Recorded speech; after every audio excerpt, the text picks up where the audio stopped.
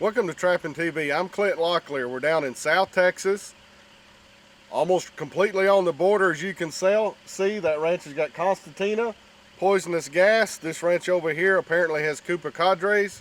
We're chasing cats, coyotes, and coon. I'm down here. Norm Blackwell's down here. We got Albert and Matt Beach from Australia, which you'll be seeing some from. I think it's going to be a great show, and I think you're going to have a good time.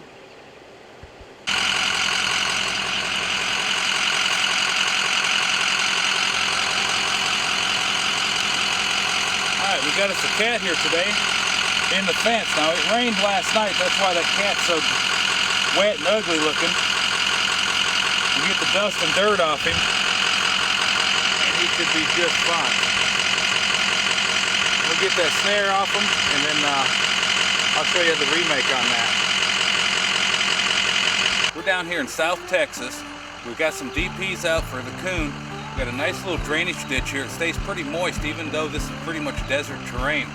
And you can see right in there a nice big boar coon wrapped up in that log with a DP. I'm going to dispatch this coon and I'll show you the reset and tell you what kind of baits and lures we're using here. We're on the other end of this channel right here behind me. You can actually see water. Where we just came from, it's dry on that end. Here's another nice Texas coon right here in a DP. We've got a few traps behind us. They were empty today. We had a bad rain yesterday, so not a whole lot moved. It kind of drizzled throughout the night, so we still ended up with 2 coon down here. That's not too bad. I'm gonna dispatch this guy, and again, I'll show you the remake on this. Okay, we're using the same bait, which is, like I said, just some cat food with shellfish oil, and I throw a couple other ingredients in there that are attractive to coon. Just enough to where when you set your trap, the trigger sets actually on top of the bait. I don't like to take and cover my bait or my dog with bait. I just keep it level with the bottom. So when that coon's in there and he's digging around, he can't help but hit that trigger because it's right there on top. Just push these in. I just take some crayfish oil and make a little stream with it out here. This is the crayfish oil that I make, and that way if that coon comes anywhere between this trap and that water edge, he's going to smell that crayfish oil. He's going to come right up here and he's going to work that DP, and when he does, he's going to the truck.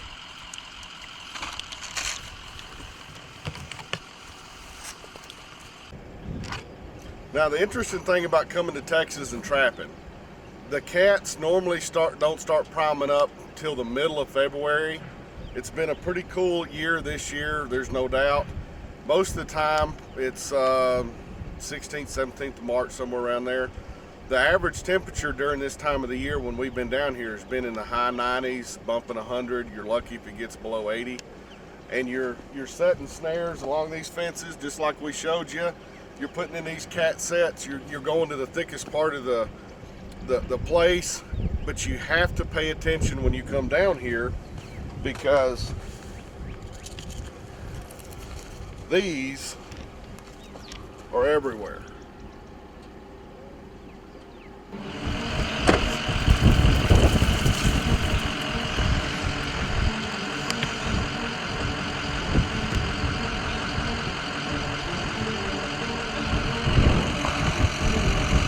We're down here on our Texas line, checking the fence this morning. We got a nice coyote here in a snare. You can see he destroyed everything here. It'll just take a few minutes to put something like that back. It's real effective. It works real well. We've had a lot of wind, had a full moon. The check and stuff on that is usually a little bit less because animals don't like to move down here in the full moon and it's high winds. They just can't find the predators and stuff. So I feel fortunate this morning we got this guy. We'll get him dispatched. We'll show you how we make a reset after they've pretty much destroyed everything here.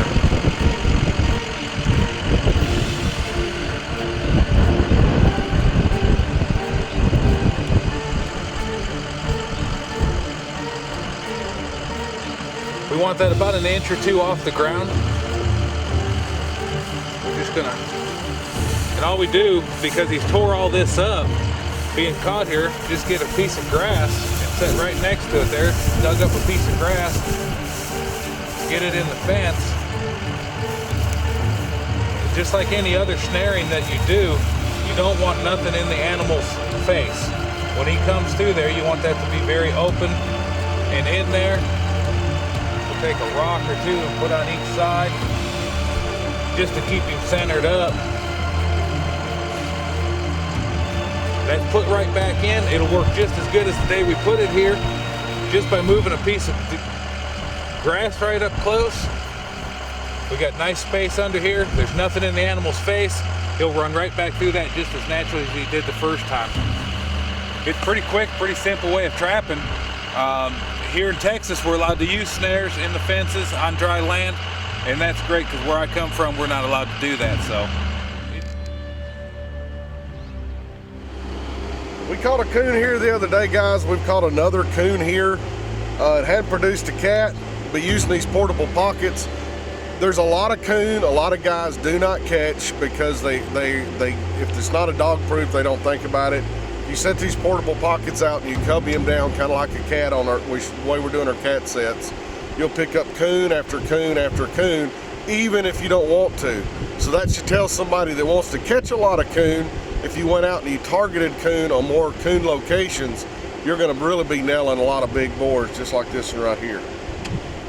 We're in a really good location here.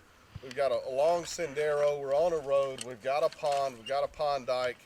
I've got one of Albert's flag stands right here. This is technically a bobcat set. Works great on coon, big boar, dryland coon like this one. Here's the set. Here's where the trap was. These are one of the portable pockets that I'm using. That's mostly eye peel. I've got lure underneath it. Here sits our raccoon right there. We're gonna take care of him in a minute. But you'll notice one thing about this set. See, here's where the trap is. I've got this cactus right here. If I leave this open the way it is, every animal, raccoon, cat, whatever, to get up to my tractor is gonna walk up here, so I'm gonna have to put some junk back over this. This is my cat set. I have to park way back there and walk up in here, but it's got a nice draw to it. You got a small draw there, and you got one here. I think it's an excellent set, and I use my flag here. I just put duct tape up there to hold it up. And this is a piece of conduit, plastic, and I just stuck these feathers down in there. It's cut at an angle, makes it easy to drive in the ground. You can put lure on it. You can put that white sheep wool or that white fiber. I got white fiber I put on there with a rubber band. Put my lure right here. Few turkey feathers. How come you were holding out on me on using that? That's much easier than what I'm trying to do. I cannot tell you all my Indian secrets. Old school now, come on. I never hold nothing back from you. I've heard different. But I think it's just a matter of time that we're going to pick up a cat or two here.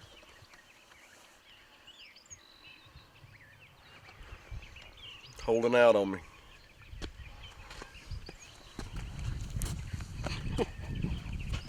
Is that the only one in here? We're on new property and we're coming up this side road, and this over here just screams bobcat. So we run over here real quick. And the first thing I notice when I get out of the Jeep is lion tracks. Now we've had rain 2 days ago. We've had 30-mile-an-hour winds last night. These tracks are from last night. Now this line may be 2 ranches over already. We don't know, but we're gonna set a couple of sets in here where the trap's even farther back on with big traps, big drags, and see if we can entice him while we're here if he comes back through here. And how cool would that be catching a lion?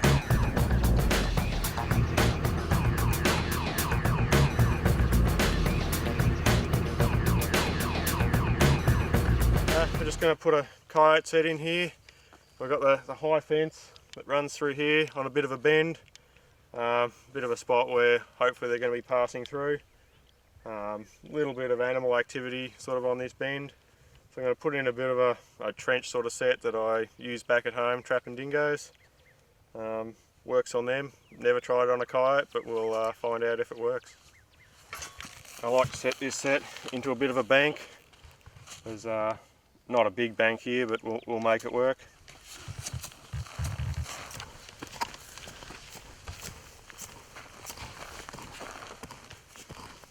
I use this a lot at home because we've got really hard soil and it's just really hard to get a dirt hole dug in properly.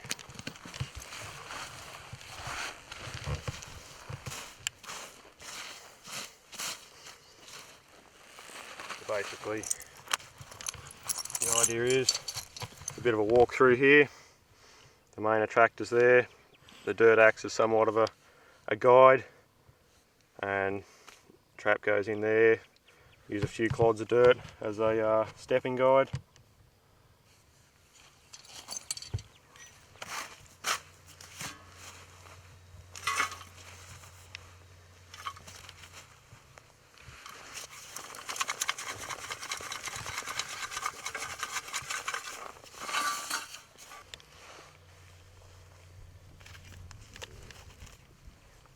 Usually when I'm bedding like this, I just support the other side of the trap with my finger, because if it's moving while you're trying to bed it, it's never going to bed properly.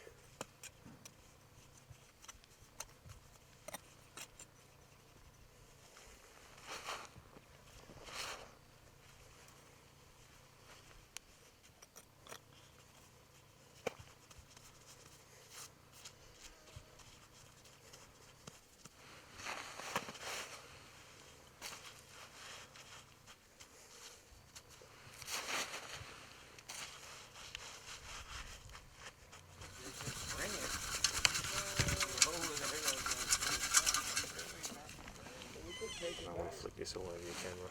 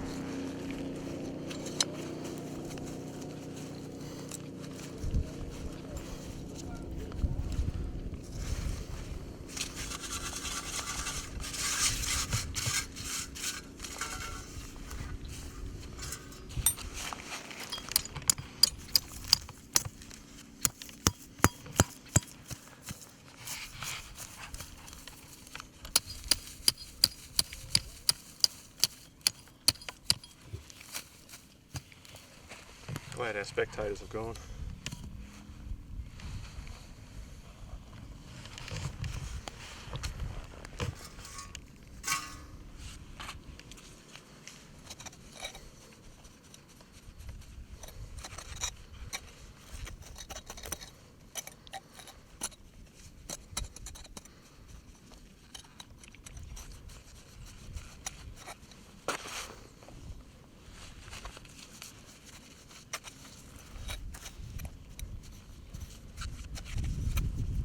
The reason I've worked out this setting on a solid base is often I'm trapping really rocky, hard ground.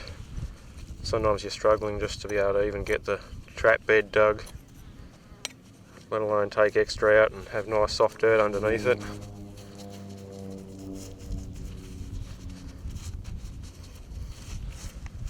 As you can see, packs down nicely. One of our other sets this morning had a deer track right on the jaw. Trap still bedded perfectly.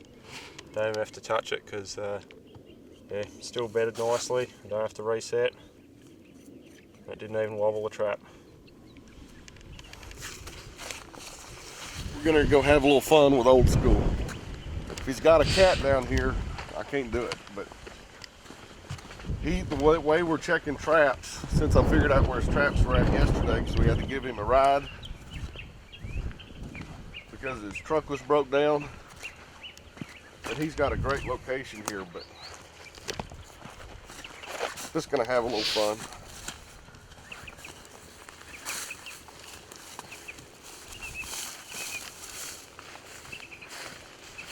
I'm gonna have him thinking that there's a bunch of stuff going on.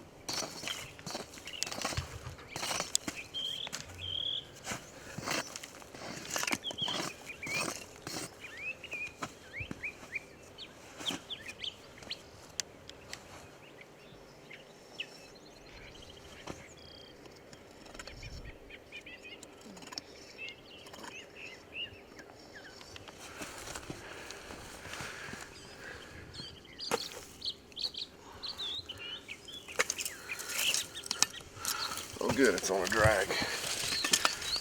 Oh boy.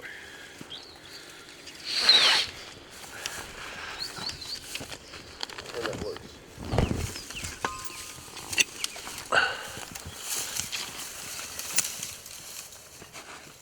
That's a good drag.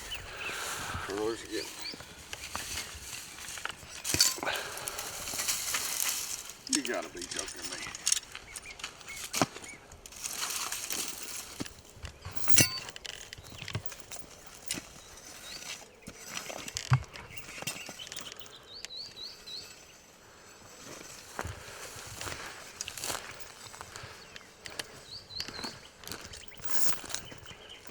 Albert's catch for the day. Let him get a little bit excited. That landed perfect.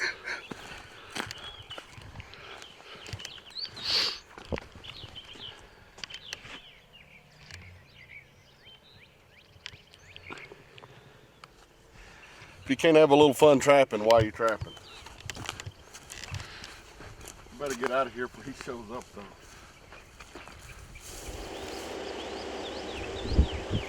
We're back on the high fence down here in Texas. We've got a coyote.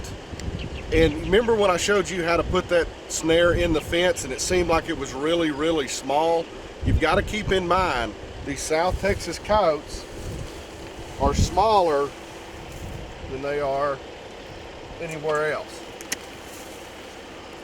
Now this is 1 by 19 cable where I just cut it and it kind of came apart, but you can see how it was starting to come apart. If this would have been, now this is 1 by 19, if it would have been 7 by 7, which is the standard, this coyote would not have been here. Now that smaller loop when you're going under the fence, if you block it down and you make it look natural, when a coyote comes through, you're going to get this perfect net catch just like this. That's where the snare's at, it's right here. And that's what you're looking for. If you're making these loops under the fence and they're that big around because you're thinking it's a coyote where it's like 8 or 9 inches across, a lot of the coyotes are going to go through them, and the ones you catch are going to be hip caught. And when you hip catch a coyote in a snare that's on a fence and he ain't got nothing else to do, he's going to turn around and start chewing on that cable and you're going to have problems. So bring those loops down. Even an eastern coyote under a sheep fence doesn't need to be bigger than about 7-8 inches. Just big enough to get their head through, get the perfect net catch, so he dies really quick, he can't chew on your cable, and the landowner doesn't have to worry about him eating fawns here in a few months.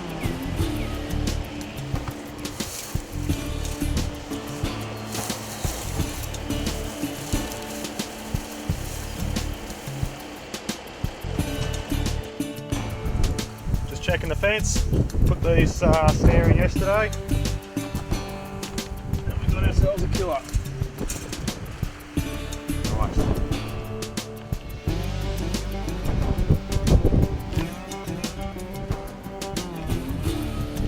That's my first snare kill and my first yoke.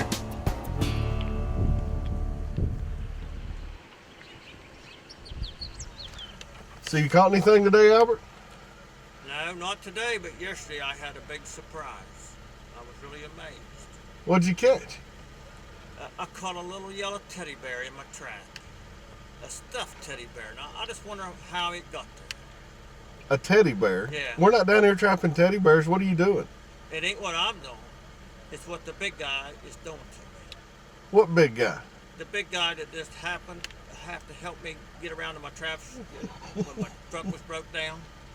He wanted to be nice and help me. No, you would have seen our footprints. We brushed those out. There was a reason behind that. Because he wanted to know where all my traps was, and he didn't know where them ones were. And then he has to come back and put a big teddy bear in. But when I seen my trap was gone, I thought for sure I had a cat. I thought the trap's gone, and I didn't see the drag, and I couldn't figure that out how that drag got unhooked, because I'm sure it was hooked. Oh, it was. And then I started around and up the other side, and then I seen the drag marks for the drag.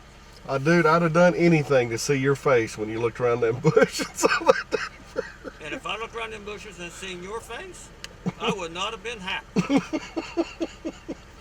But you just remember, all is fair in love and trapping. Oh, absolutely. Okay, big guy. Wait till you see what's over there today. I'm almost afraid to look. Let's go finish checking our sets in. Okay. All right, bud.